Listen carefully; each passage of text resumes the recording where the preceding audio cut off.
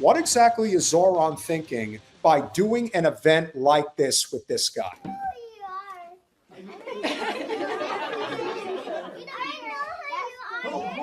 is he? He's the mayor of New York City. That's who he is. That's who he is. I know your name. You know my name? Yeah, I know your name. Now, could we just first say how cute these kids are? Like, I'm not even looking at Obama. I can't. He disgusts me to no end. I am literally just watching Mamdani, and for now, he's still cute to me. All right, he's still cute. We could talk. I'm not thrilled with all the things, whatever, but he's cute, and these kids are cute. And I'm just pretending that Obama isn't sitting there trying to somehow rehabilitate himself. Not going to work, Barry. And this is why I would disagree with friend of the show Nick Cruz over at RBN. And what I think you have to remember here is that it's one thing if Zoran is doing the pomp and circumstance and compromising his principles in order to ingratiate himself to, let's say, Obama in this case. I don't believe that that is the case. I think Obama is desperate to improve his PR standing with this country. I think that's the biggest reason why this is an issue here. What do you think? Yeah, he's pathetic. He's pathetic. And he realizes that we're done with you too, Barry. Bye-bye. Yes. What's his first name? That's His first name is Mayor. That's his name is Mayor. Unfortunately, the person on the right cannot become president of the United States. But maybe he becomes the governor or senator. You never know. But he's definitely got some very impressive chops. And of course, if he does right by the people of New York City, then he deserves the kudos. I personally think that the only reason that this has happened is because the pomp and circumstance is very important to the Democrats, and Zoran knows how to play power politics. He really does. No, he's smart. And for right now, I will give the grace to view what he's doing as him strategically working his levers of power in various locations to get things done that he wants to get done. Correct. And as long as that is seemingly the case, then he's still cute.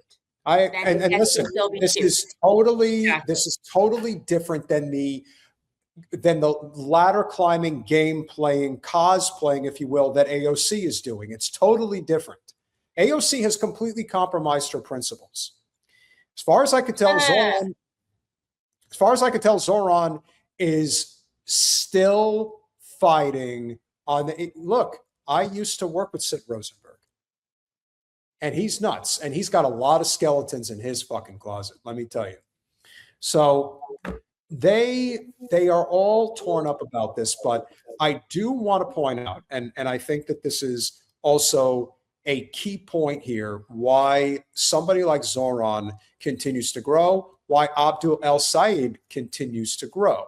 This is another example of such reason. They have very much shifted away from Israel. Look at this. Net favorability of Israel among men under the age of 50. In 2022, not too bad, but not too hot to trot either at -3 points. By 2025, again, down we go, -22 points. That is a 19-point shift in just 3 years' time. But it gets even worse. Look at this for Israel. -47 points. That's a 44-point shift away. Now, let me tell you. He's looking like Ben. Yeah.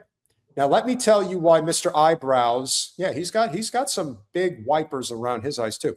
Why this is a big deal. And this is what Jen and I have been saying. Israel is never coming back from this, ever. It's not a question of if, it's a question of when. And this is a prime example of this. And this isn't, keep this in mind, and this is really where the rubber meets the road. This is not 18 to 25 or 18 to 29. This is 50 and under. Your days truly are numbered. It's done. It's done. away from Israel on the net favorability amongst young men who, of course, shifted massively into the Republican column back in 2024, and they have been shifting away from Israel over the last 4 years. Now, why is this a big deal? Because the other thing that we're learning about the America First movement is that it truly is borderless in the sense that this is not about being in a political party. This is about, again, I don't want to hear shit about America only, because either you live in a society or you don't. Now, being America First, there's nothing wrong with that. But America only, no, that don't fly, ladies and gentlemen. And keep in mind the other thing too. America first. If you love this country, then you will accept the fact that people like Suad, who was our guest, and the overwhelming majority of people who are Muslim are as highly educated and as hardworking as anybody you'll ever find. You don't like their religion? That's your problem. No one's forcing you to believe what they believe. I'm not a fan of any religion. Yeah, Okay. me neither. So exactly. So that's neither here nor there. But what I do want to point out, because this is something that I had mentioned that I was going to talk about, which I think we should discuss.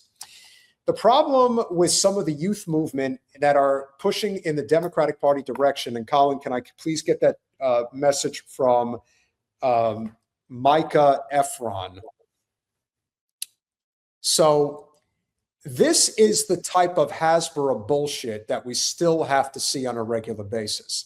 And remember groups like Midas Touch, the Miceless Brothers, they support the state of Israel. We know they do. We know a lot of these guys do. And so Micah Irfan, who is backed by a number of these groups, who is, I think, 20 years old or 22 years old, he comes out and says, fun fact, every war America has started in the last 25 years was initiated by Republicans and ended by Democrats. Now, you couldn't lie harder if you tried. The problem is the massive media manipulation when it comes to what is declared a war and what isn't is also a huge part of the equation. So as you can see, when somebody says, Democrats just voted to end Trump's war in Iran. Did they? They don't have enough votes to stop it. How convenient. This is all pomp and circumstance. How convenient is that? That there's never quite enough votes to do what the majority of people in this country want regarding anything. There's just never enough votes. Now, call me crazy, Jen, and I could be wrong here, but I do believe in the year 2000, when I was still president of the United States, I do believe we had this thing called Kosovo. It's a pretty big deal. That's Clinton. We also had this thing called Libya. Oh my God, this guy is such a, I'm like, oh, I hope my dad is watching. Dad, if you're watching, this is what we think of the Midas Touch guys. We say the same thing when it comes to Syria. Again, that's an Obama special. We say the same thing about Somalia. Yes, the war-torn country that Ilhan Omar fights desperately to bring attention to as well. I'm sorry, how about Libya? I said Libya. Oh, okay, okay. How about Yemen? How about Yemen? And then, of course, you have Ukraine. Now, if you think for 1 second that the Biden administration was not responsible for that bullshit starting back in 2022, then you don't know jack diddly squat about anything in politics, and you're just a dumbass hack for your stupid establishment who, again, you get paid to pick a side and play this role. The Democrats are saints, and if only we elected more of them, everything would be okay, and all the Republicans are evil. And that is all they talk about incessantly 24/7. You know why? They've gotten all their marching orders. Every single one of these Dem tool places and channels and little talking heads have gotten their total marching orders about the midterms, and they're all going to start pointing out the same talking points. Watch it. They will all start pointing out the exact same talking points, even though those talking points are not true. Also, interestingly, Micah, you're not addressing the fact that wars are actually supposed to be started by Congress, but yet we have been circumventing that since 9/11. And so really every war since then and every conflict has been really started by a Democratic president. Fun fact for you, Micah moron. Since in the last 25 years, more wars have been started by Democrats than Republicans. That's a fact. You're just not including wars, right, Micah, conveniently, because it's true, because we don't declare war anymore. And you know who was the first president to double down on the Patriot Act after the first president who put it in place? That would be Obama. We drawn some votes. Obama. That was Barry. He doubled down on the Patriot Act when he had an opportunity to let it lapse and not keep it. Just remember, ladies and gentlemen, actually, I want to pull that back up again. Colin, can you scroll down? I want to show some people some of this. First of all, I'm going to show you just how, hold on, slow, scroll up, slow, right there. I want come on, scroll down a little bit. Look at this number. Colin, you're not, come on, stop, right there, stop. Stop yelling at Colin. Look at this, 4,200 retweets and 39,000 likes, which also goes to show you for over almost 500,000 people that saw this. You think people that support Trump are in a MAGA cult? Let me assure you, the blue MAGA cult, that's a real thing. It's real. And so here this guy is saying Iraq, started by Bush, ended by Obama. Afghanistan, started by Bush, ended by Biden. And that's the end. That's the end of his rant. That's where it begins. That's where it ends. But of course, he doesn't want to talk about any of the other things. How old is this kid? Early 20s. And he's put in a okay, position. So Micah, your brain is maybe not fully developed yet. He probably also hasn't taken off his pull-up diapers. He might still have to. I'm being literal. You're being I'm being serious. Like this is, this is, if he's early 20s, then he's my kid's age and your brain's not fully developed yet. So, maybe you don't really know how to use all of it, but there have been a lot of things that the Democrats have done in between those things. And you know what else? Sanctions are war. Sanctions are illegal war crimes. And we have been putting sanctions for decades through all of these different people. Okay. And all of these total pieces of shit. And our sanctions, it turns out, since I want to say it's 2002 or 2003, our sanctions alone are responsible for killing 35 million people in the world. Yeah. And really, and if you want to go back and look at things like that, which also is important, then you would see the Democrats, same shit, different color. Every country the U.S. has attacked in the 21st century in which presidents authorized the strikes: Afghanistan, Iran, Iraq, Libya, Nigeria, Pakistan, Somalia, Syria, Venezuela, Yemen. You see that? It's pretty mixed bag.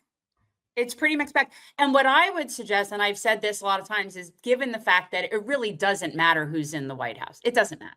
I mean, well, now it kind of matters as far as the actual physical White House, because I got to tell you, that thing going near the White House now, it's like Biff's. It looks really great. It looks incredible. It's disgusting. DC is no, but like you can tell, the point is the trajectory is one of colonialism, patriarchy, white supremacy, like all of those things, and capitalism. And the trajectory was the trajectory regardless of which one of those tools was sitting in the oligarch's little, puppet room.